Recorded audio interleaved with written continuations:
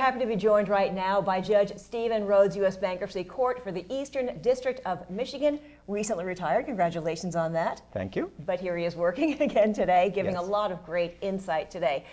Okay, Judge, tell us all about your involvement on the ABI Bankruptcy Reform Commission. My primary interest in the work of the Commission was on the venue issue. The issue is what the venue laws should say about where big companies can file bankruptcy. The way the law is presently structured, big companies can find a way to file their bankruptcy cases in almost any district in the country. Most are, of course, filed in the Southern District of New York and in Delaware.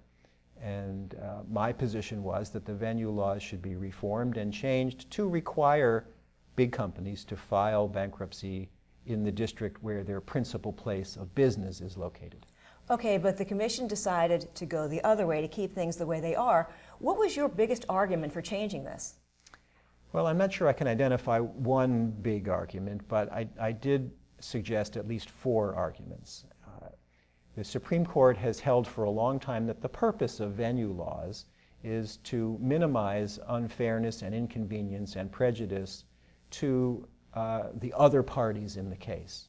And the way our present bankruptcy venue law is structured, it simply does not accomplish that purpose.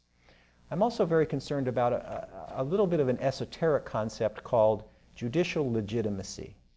This is a concept which holds that judges are only legitimate in our democracy because we're not elected to the extent that we demonstrate that we are fair and accessible to the people whose decisions, to the people whose lives will be affected by the decisions that we make.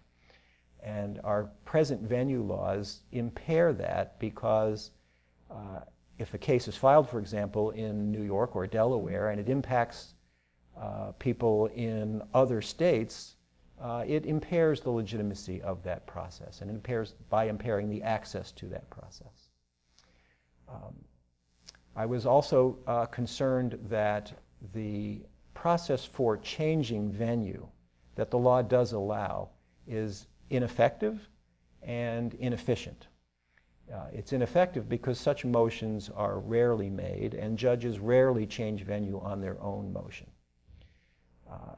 And it's inefficient because all of the money that is spent to litigate where the case should be heard is really wasted because it's not used to promote the reorganization of the company that's before the court.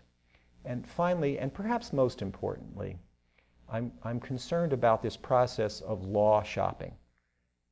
Debtors and the other parties to the case choose where to file based on where they think the law will most favor them. And that's unprecedented in our legal system, where the party who files the case gets to choose the law that's applicable to their case.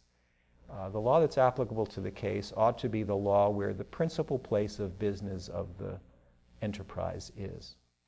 Do you think that Congress will generally follow the recommendation of the Commission, or do you think that there's a chance that this could still change? I'm really not enough of a politician to know the answer to that. I know that the elected representatives of the states that are benefited by our present venue law have expressed the view that they like the status quo.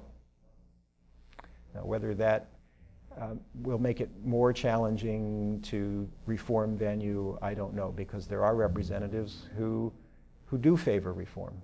I know it's difficult to speak for other people, for other judges, but is this pretty much the feeling among other bankruptcy judges that this should be changed?